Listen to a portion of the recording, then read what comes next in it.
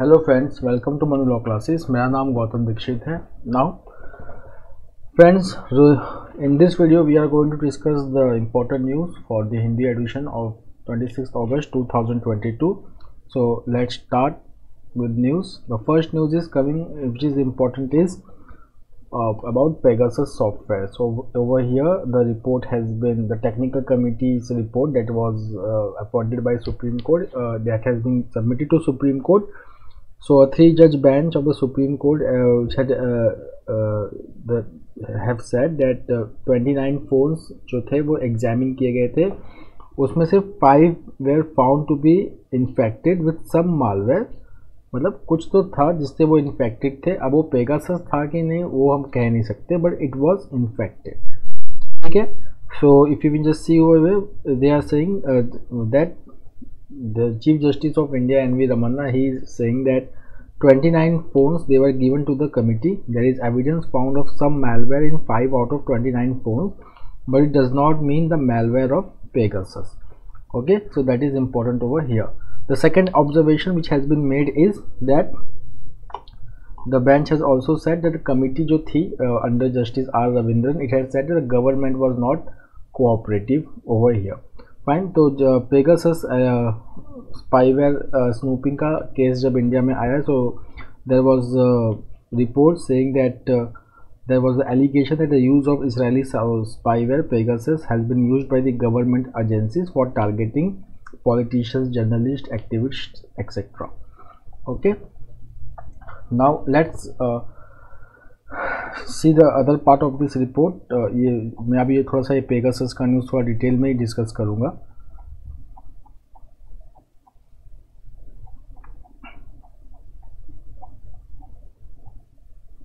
So let's see over here.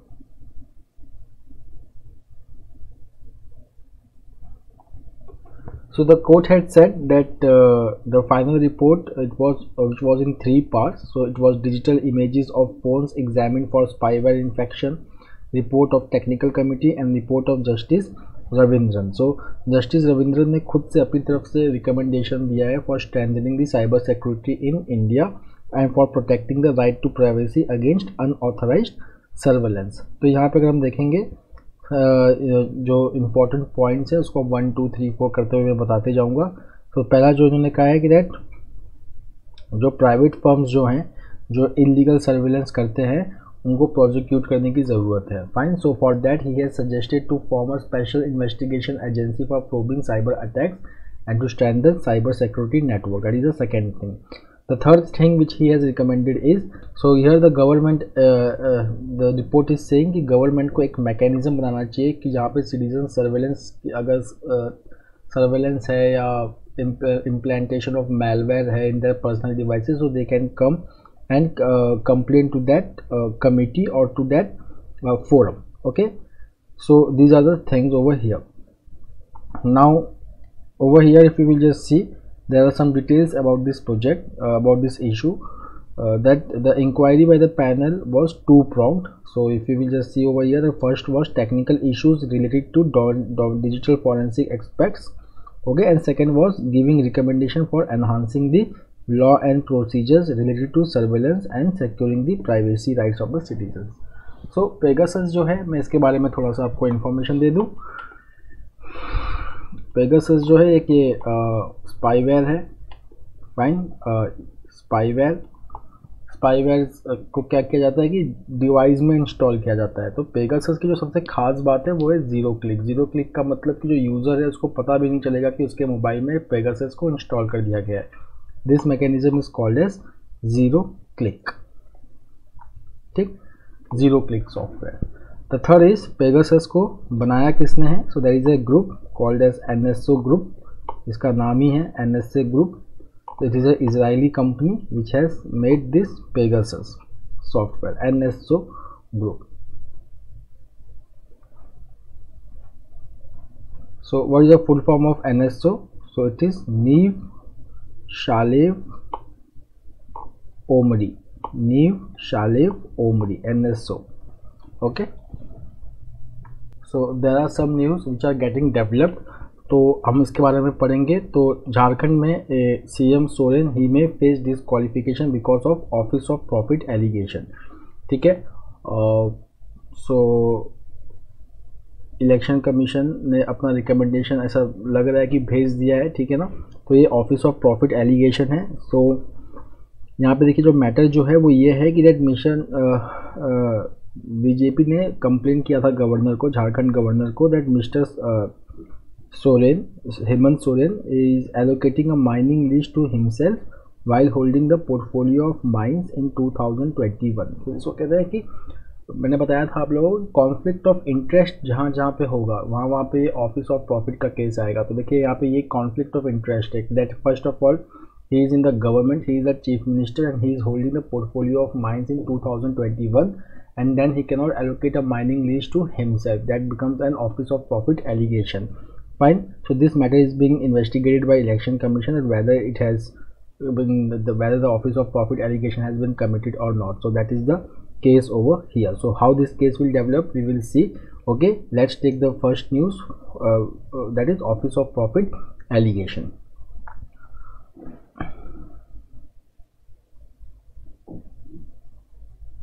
अब हम आते हैं एनडीटीवी के न्यूज़ के ऊपर। सो वी ऑलरेडी नो कि अडानी ग्रुप जो है इट हैज़ इनडायरेक्टली एक्वायर्ड सम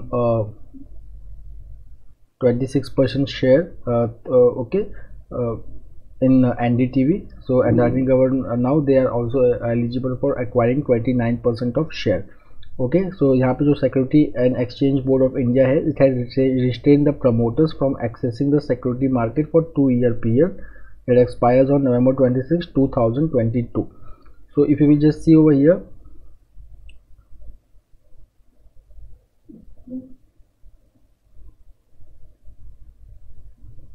तो सुप्रीम कोर्ट में तो यहाँ पे जो ये ग्रुप है ये बात हो रही है RRPRH की, जिसके थ्रू अडानी मीडिया ग्रुप ने एक्वायर किया है। तो इनके ऊपर बैन है नवंबर 26, 2022 तक। तो bye till November 26, 2022 this RRPRH group they cannot transfer their stake to Adani Media Group.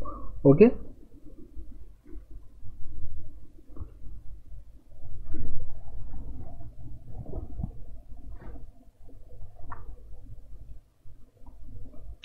the next is again मैं यहाँ पे थोड़ा सा आपको बताता हूँ। After 2 weeks India calls Rushdie attack horrific। तो Salman Rushdie who was attacked during a conference going on in USA, so he was attack. सो मैंने आपको पहले ही बताया कि सलमान रश्दी के बहुत सारे बुक्स हैं।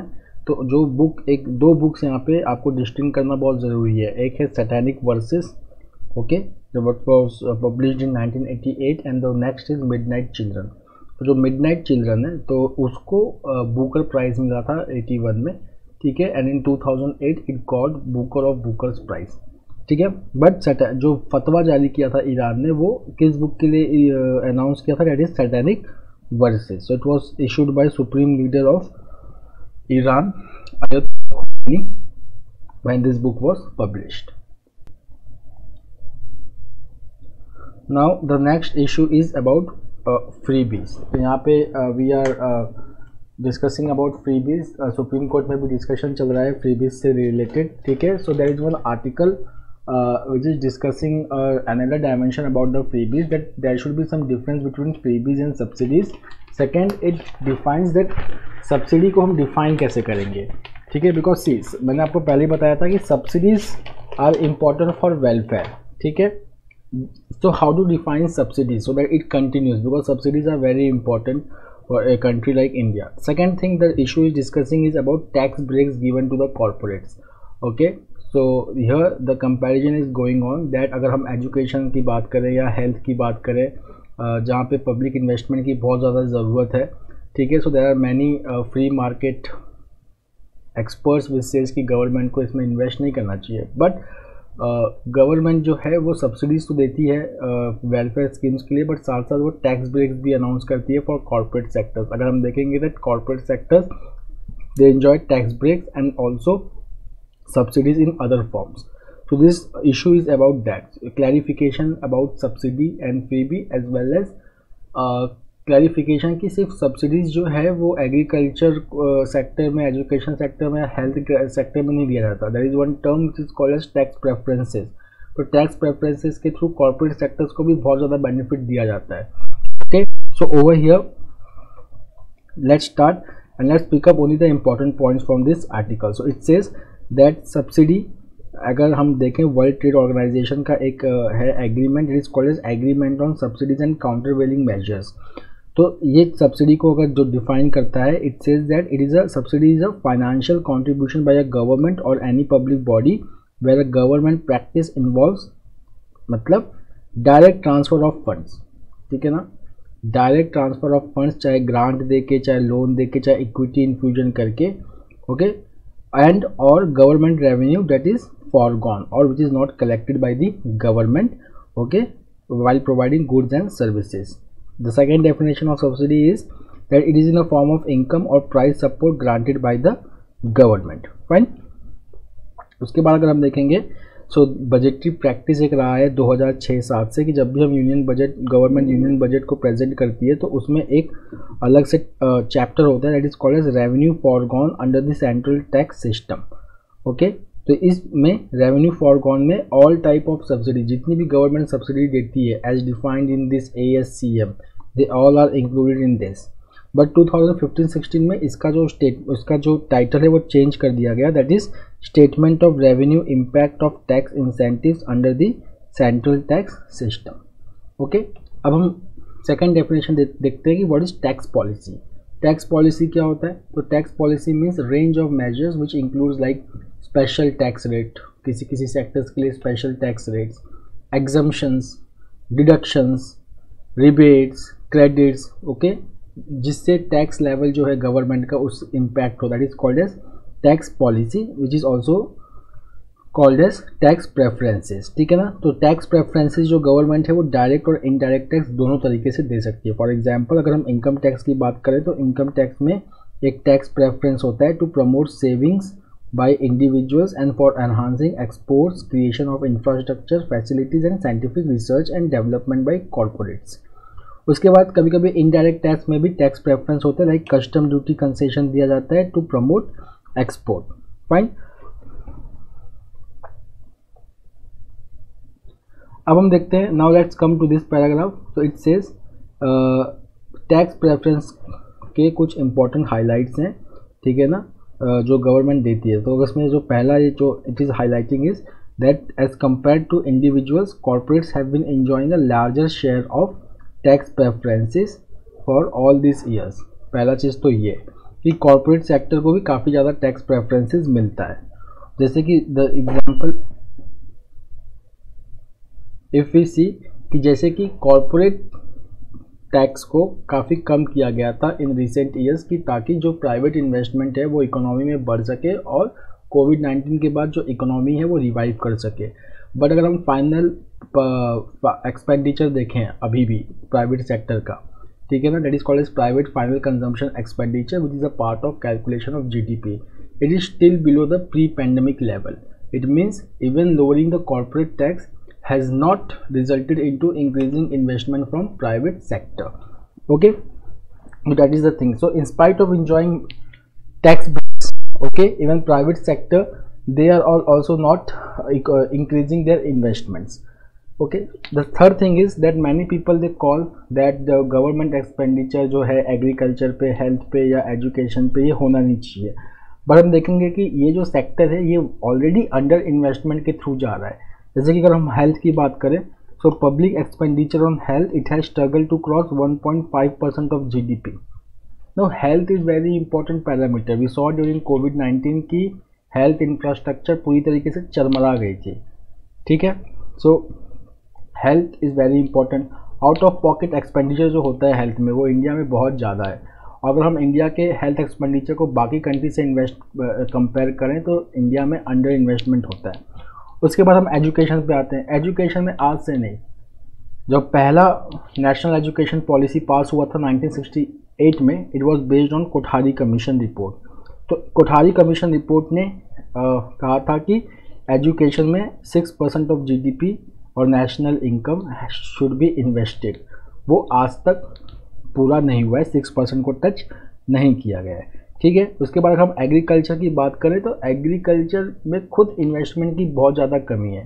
At the same time agriculture is also going through a crisis, so government support in agriculture is necessary to sustain the agriculture. The next is perilous stalemate। तो यहाँ पे रशिया यूक्रेन क्राइसिस की बात हो रही है। हमने पहले भी पढ़ा था कि अगस्त 24 को यूक्रेन ने अपना इंडिपेंडेंस डे सेलिब्रेट किया। That was 24 August 1991 when Ukraine became a independent republic as from USSR. तो यहाँ पे जो बात चल रही है वो ये बात चल रही है कि रशिया यूक्रेन क्राइसिस के वजह से जो देखेंगे कि रशिया का जो प्लान था कि it will carry out targeted attacks on Russia in Ukraine and it will result in larger control in Ukraine has failed. Russia का जो ट्रूप है, जो सेल्फ डिफेंस जो यूक्रेन ने जो पुट किया रशिया के अगेंस्ट, ठीक है, उसने रशिया को रिस्ट्रिक्ट कर दिया है towards eastern and southern Ukraine. Fine, so that is the thing over here. मतलब द थिंग इज़ कि इसके कुछ आउटकम्स भी हुए हैं, जैसे कि अगर हम देखेंगे कि जो ट्रांस अटलांटिक अलायंस है that is called as NATO, North Atlantic Treaty Organization, it has strengthened because two more countries have become the members of NATO, that is Sweden and Finland. पहला चीज़ तो ये है। सेकेंड, यूक्रेन अभी भी Russia को fight कर रहा है। Obviously we know that USA ने अभी रिसेंटली $3 बिलियन का हेल्प किया है यूक्रेन को, which is prolonging the war. Second is energy crisis and food crisis going on in the world. So recently Turkey and United Nations they mediated for the resumption of export of wheat from Ukrainian ports. Okay, so here the author is saying ki this is the way that this dispute should be resolved. The communication lines between Moscow and Kyiv should be kept open. Now friends, this is about should India change its policy on Rohingya. So अगर हम यहाँ पे अगर हम बात करें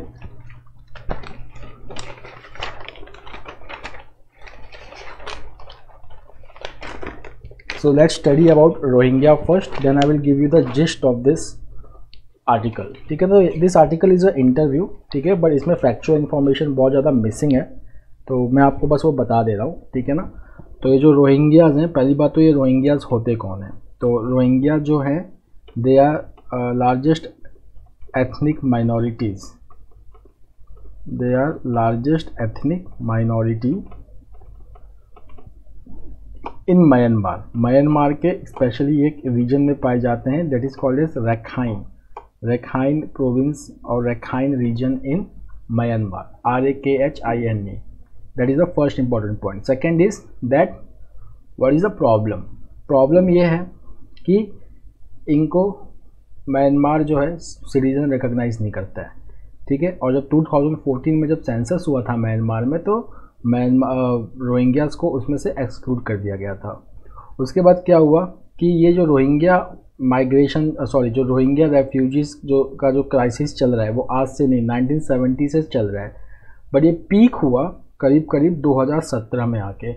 2017 में क्या हुआ कि रोहिंग्या में कुछ एक्सट्रीमिस्ट ग्रुप्स थे, उन्होंने अटैक किया कुछ पुलिस स्टेशन को, तो उस रिस्पॉन्स में Myanmar military they carried out severe operations against the Rohingya which led to full blown refugee crisis in Myanmar. So Rohingya they started living Myanmar and they started coming to India, Bangladesh etcetera, ठीक। तो अब यहाँ पे जो है बात चल रही है इंडिया के बारे में कि क्योंकि अभी रिसेंटली देखेंगे तो यूनियन होम मिनिस्ट्री ने क्लैरिफाई किया था कि दे आर रोहिंग्याज कोई फ्लैट्स नहीं मिलने वाला है दिल्ली में, ठीक है।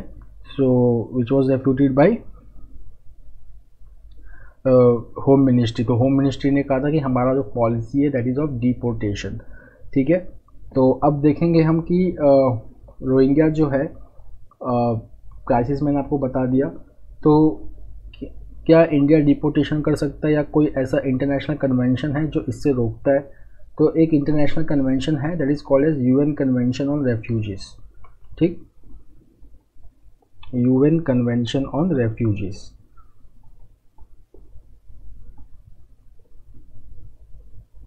This convention is of 1991. तो इस convention 1951 fine, and it came into effect in 1954 and in 1967 a protocol was adopted. ठीक है ना. तो 1951 में this convention was signed. In 1954 this convention came into effect. 1967 a protocol was adopted.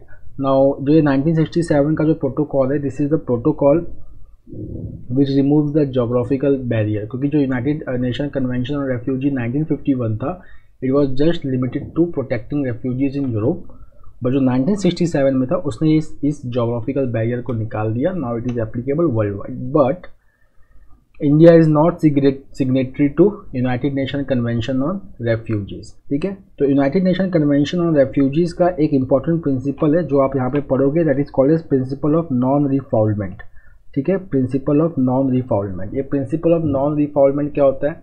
Principal of non refoulement का मतलब होता है कि कोई भी रेफ्यूजी को दोबारा फोर्सिबली उसके देश में नहीं भेजा जाएगा if the condition has not improved over there. For example, मान लो कि ये रोहिंग्या की बात लो. कोई रोहिंग्या है, वो माइग्रेट करके किसी कंट्री में आता है X. ठीक है. Now this X country wants to send Rohingya back to Myanmar. ठीक है. But the condition in Myanmar has not improved. ठीक. तो इसको कहते हैं refoulement. Fine. So United Nations Convention on Refugees 1957 says that it is based on principle of non-refoulement कि आप refugee को वापस उसके कंट्री में नहीं भेज सकते if the condition has not improved. That is the thing over here. But India is not a signatory to United Nations Convention on Refugees. But in the past, India has provided shelters to refugees, be it Tibetan, be it Sri Lankan, etc.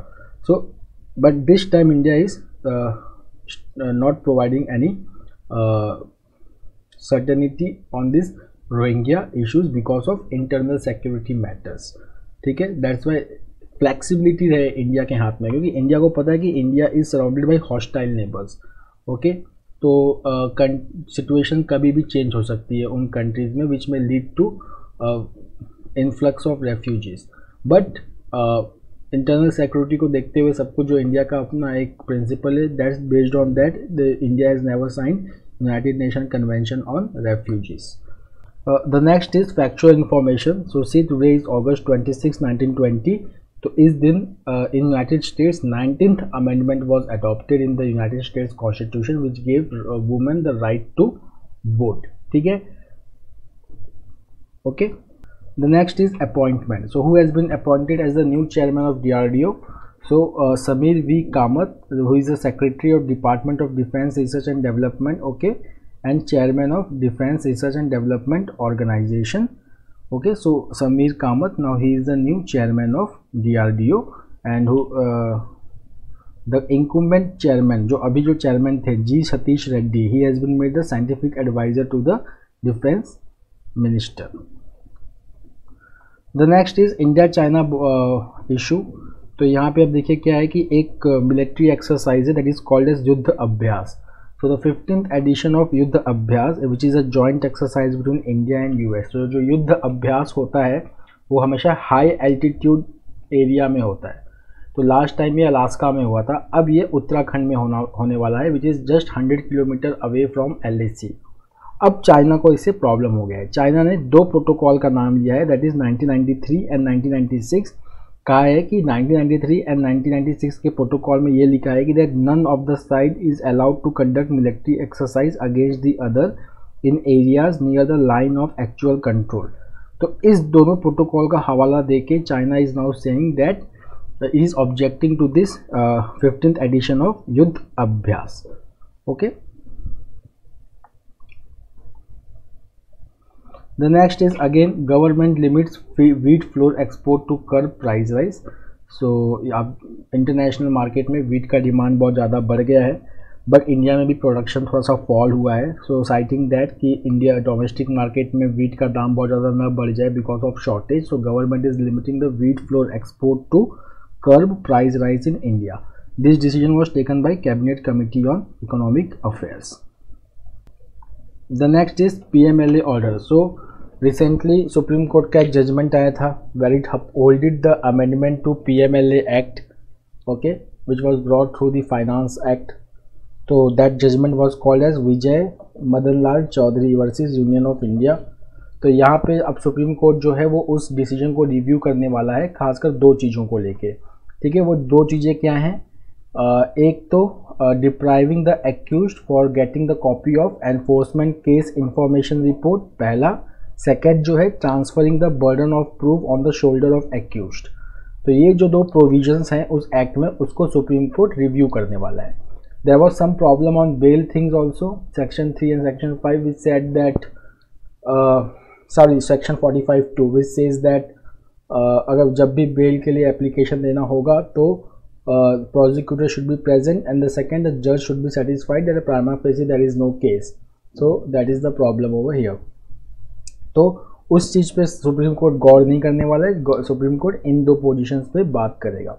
Now prevention of money laundering act, as I have discussed earlier also, it is a act to control money laundering in India. It was passed in 2002 and is enforced by Enforcement Directorate, and the Director of Enforcement Directorate is Sanjay Kumar Mishra. The next is Labor Codes Empower Workers and Prime Minister. तो यहाँ पे labour code को implement करने की बात हो रही है। इंडिया में टोटल 29 लेबर लॉज हैं। Now that 29 labor laws will be replaced by 4 labor codes. 4 labour codes. Okay, ये ऐसा गवर्नमेंट क्यों कर रही है? ठीक है, क्योंकि flexibility in labour laws is very important for industry, ठीक है, to grow and for ease of doing business. तो ये जो 4 लेबर कोड्स है इंडिया में, fine, they are related to wages, then industrial relations,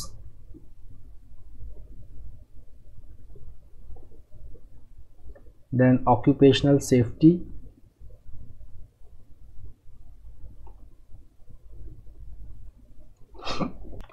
and social security. The fourth one is social security.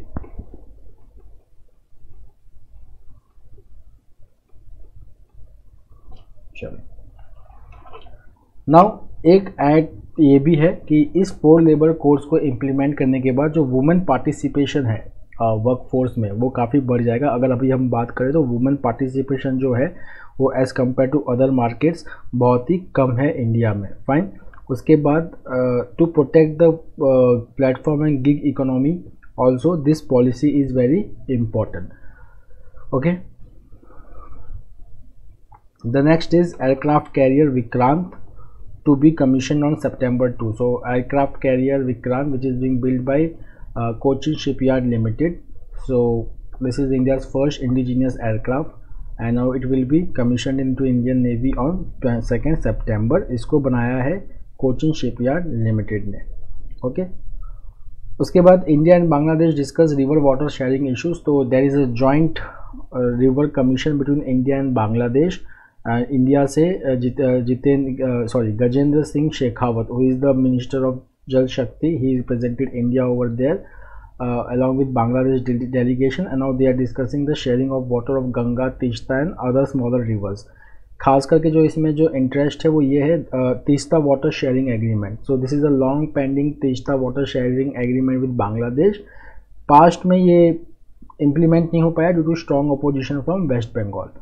Now let's see one short news, that is Gagan. तो Boeing 787 has been exempted from Gagan till 2025। Boeing का कहना है कि हमें अपने system को upgrade करना पड़ेगा। So what is Gagan? Gagan is GPS aided और जियो ऑगमेंटेड नेविगेशन। ये एयरक्राफ्ट के लिए होता है to guide them during their landing, और जिसके पास इंस्ट्रूमेंट लैंडिंग सिस्टम नहीं होता उनके लिए काफ़ी हेल्पफुल होता है। The next from economy, it is the cabinet Committee on Appointment. They have approved the appointment of former Chief Advisor Krishnamurthy Subramaniam for the post of Executive Director at International Monetary Fund. ठीक है ना, ये जो executive directors होते हैं, हर एक country के अपने अपने एग्जीक्यूटिव डायरेक्टर होते हैं जो अपने कंट्री को इंटरनेशनल मॉनेटरी फंड में रिप्रेजेंट करते हैं for a period of 3 years, for starting from November 2022 to until final orders. The next is Indian Oil Company to spend rupees 2 lakh crore for net zero emission. Okay, so this is again a one-liner to just make it that Indian Oil Corporation, the top oil firm of India, they have announced to make 2 lakh crore investment to achieve net zero carbon emission target by 2046. ठीक है ना। India का जो ये target है, India ने जो COP26 में जो टारगेट दिया था that is of 2070, that India will become net zero emission country bye 2070. Okay, then recently which company has planned to for the largest production unit in India? Then it is Samsonite. Okay, so global luggage manufacturer Samsonite is planning to have its largest manufacturing unit in India, that is in Nashik. So that's all for today. We will meet tomorrow again with a daily Hindu analysis. Till then, have a nice time. Take care. Thank you.